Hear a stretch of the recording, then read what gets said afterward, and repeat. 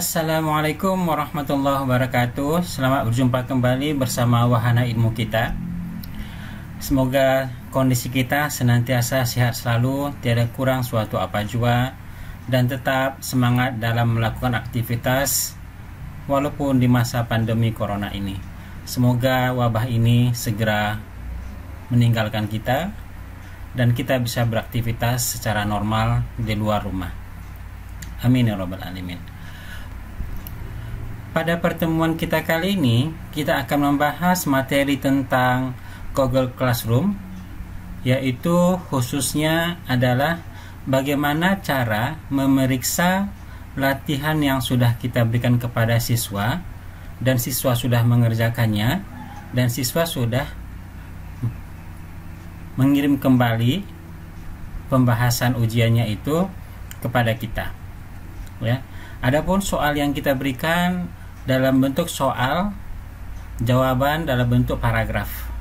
Ya, ini nanti akan kita bahas soal bagaimana cara memberikan soal dalam bentuk paragraf, atau kalau kita anggap kita sudah tahu tentang bagaimana cara untuk membuat soal dalam bentuk paragraf, maka sekarang kita ingin memeriksa bagaimana cara untuk menilai tugas dari siswa tersebut.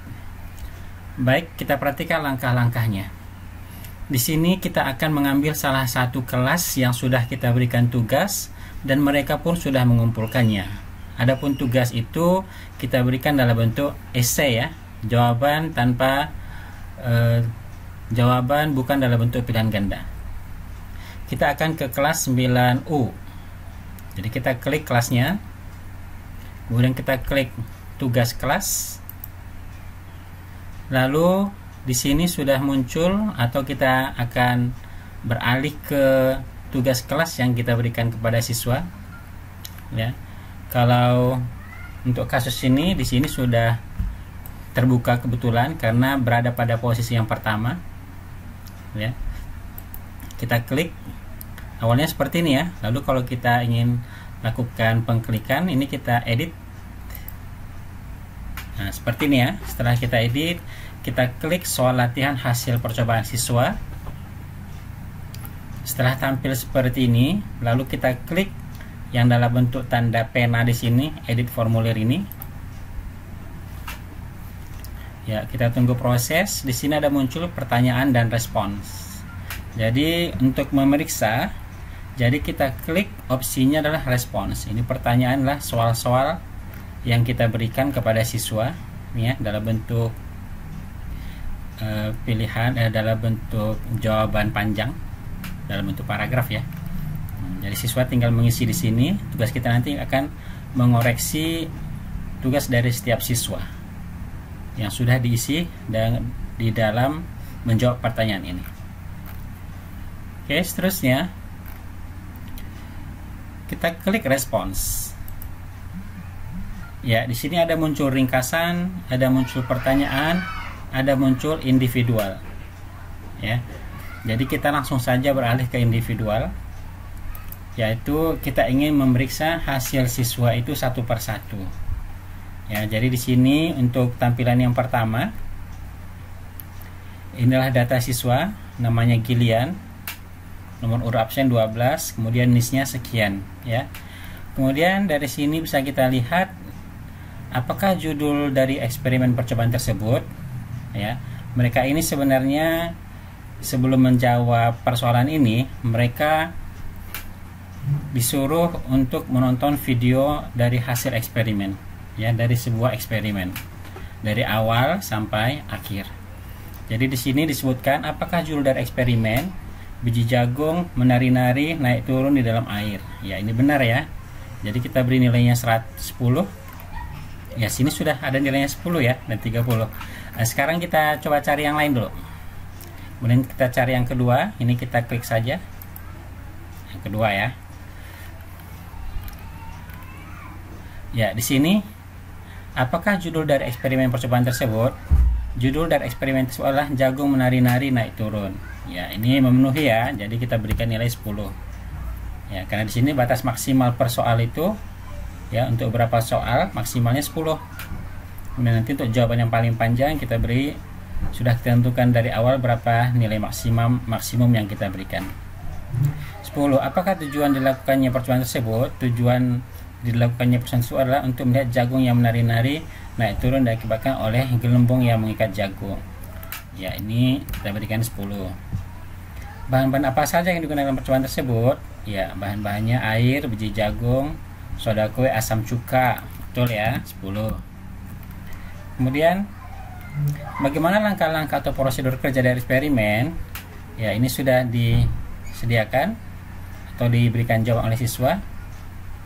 Sediakan gelas bening, lalu tuangkan air ke dalam gelas. Masukkan biji jagung kira-kira 1/4. Masukkan asam cuka ke dalam gelas. Ya, lalu memasukkan soda kue dan air di dalam gelas akan bergelembung ya, dan berbusa, lalu biarkan hingga air bening kembali. Amati biji jagung yang bergerak naik turun dikarenakan gelembung. Ya, ini langkah-langkah. Ya, ini langkah-langkah prosedur kerja ya. Kalau mengamati itu belum ya, tidak termasuk. Jadi misalnya kita beri nilainya 8. Oke, ini jawaban panjang sebenarnya. Bagaimana hasil percobaan tersebut? Hasil dari percobaan tersebut adalah jagung menari-nari ya. Sebenarnya jagung bergerak naik turun ya, seperti menari-nari sesuai dengan judulnya yang dikarenakan, sesuai dengan judulnya ya.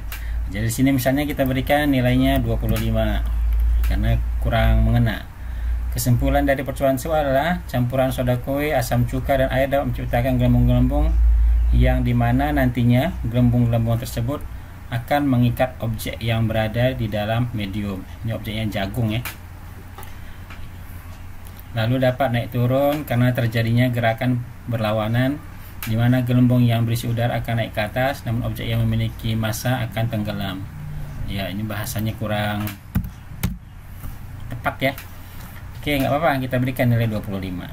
Setelah ini kita berikan semua, ini tadi kalau kita totalkan totalnya 100. Setelah kita berikan angka-angka yang bersesuaian, lalu kita klik simpan. Ya, dan ternyata untuk orang yang kedua ini nilai yang diperoleh adalah 88. Ya, 88. Ya, demikian juga untuk orang ketiga. Jadi kalau untuk orang ketiga tinggal kita klik saja ini tanggapan berikutnya. Gitu ya. Oke, baik, misalnya kita lakukan pemeriksaan lagi. Oke, misalnya 10. Apakah tujuan melakukan percobaan untuk bersenang-senang? Ya, mungkin karena melihat reaksinya ya, senang-senang. Kita beri 5. Bahan-bahan apa saja yang digunakan dalam percobaan tersebut? Air, asam, cuka, biji jagung mentah, soda. Ya, 10. Ya, mestinya untuk jawaban yang benar itu paling benar adalah ini harus diulang lagi ya pertanyaannya. Bahan-bahan yang digunakan dalam percobaan tersebut adalah mestinya seperti itu jawaban yang benar ya, artinya sesuai dengan aturan bahasa yang bagus. Bagaimana langkah-langkah atau prosedur kerja dari eksperimen percobaan tersebut ya? Langkah-langkah berarti di sini 1, 2, 3 dan seterusnya seperti itu ya. Isi gelas dengan air, kemudian masukkan biji jagung mentah ke dalamnya, kemudian masukkan asam cuka dan soda kue. Ya, di sini ternyata tidak dibuat urutan. Kita bikin atau berikan 9. Bagaimana hasil percobaan tersebut? Biji jagung awalnya naik ke atas, kemudian beberapa biji jagung mulai turun ke bawah dan naik kembali. Ya, kita berikan misalnya 25. Berikan kesimpulan atas eksperimen atau percobaan yang telah kamu saksikan tadi. Percobaan sukses dan cukup bagus digunakan untuk hiasan atau bersenang-senang. Ya, ini ya, kita berikan 20. Ya, kita memberikan nilai tidak pelit-pelit ya, royal nilai. Oke, kita simpan. Setelah kita simpan, ya maka nilai siswa yang ketiga ini 77. Ya, 77. Ya, jadi kalau misalnya nilai KKM-nya 77 ini belum lulus, nggak apa-apa, kita tambahin lagi nilainya ya. Ini yang kita sampaikan di sini adalah hanya bagaimana cara memeriksa tugas dari siswa yang sudah kita berikan dalam bentuk jawaban panjang. Paham ya?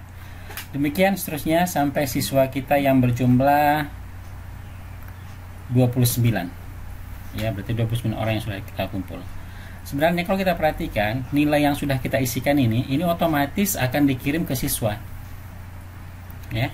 Berarti siswa yang pertama dan yang kedua yang sudah kita periksa tadi dan yang ketiga ini, itu otomatis GCR atau Google Classroom akan mengirim langsung ke siswa tersebut, sehingga siswa sudah bisa melihat nilainya. Kemudian kalaulah misalnya semua siswa ini sudah kita periksa tugasnya dan sudah kita berikan nilai, kemudian bagaimana cara melihat nilainya itu secara keseluruhan? Ya, jadi caranya atau langkah yang kita lakukan adalah ini, kita klik. Ya, ini adalah bentuk seperti simbol Excel ya. Kita klik, lihat respons di spreadsheet. Kita klik. Ya, lalu di sini sudah muncul nih.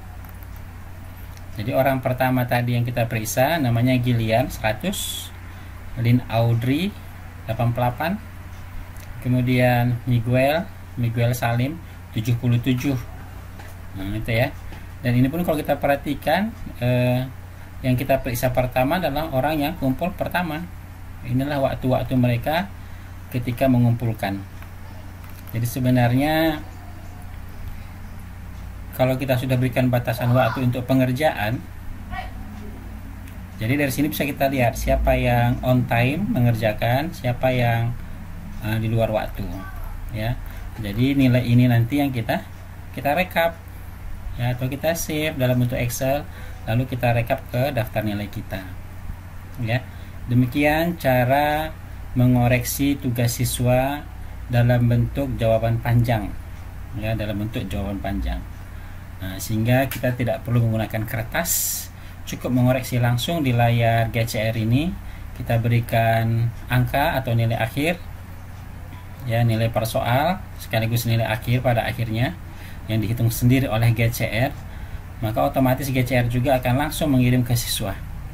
Ya, jadi ketiga orang siswa ini sudah mengetahui berapa nilainya. Ya, sudah mengetahui berapa nilainya. Demikian ya. Jadi sebenarnya tidak terlalu sulit. Oke, baik. Terima kasih atas perhatian kita. Semoga materi ini bermanfaat bagi kita sebagai pengajar dan bisa kita terapkan untuk mengajari siswa kita atau mempermudah kita dalam mengoreksi tugas-tugas siswa yang sudah kita berikan di GCR ini. Ya, akhir kata, terima kasih, semoga sukses selalu, dan jangan lupa tetap like, share, dan subscribe channel kita ini agar kita semua dapat menambah wawasan dan dapat mengupdate materi-materi terbaru yang akan diberikan oleh wahana ilmu kita. Terima kasih, kita akhiri. Assalamualaikum warahmatullahi wabarakatuh.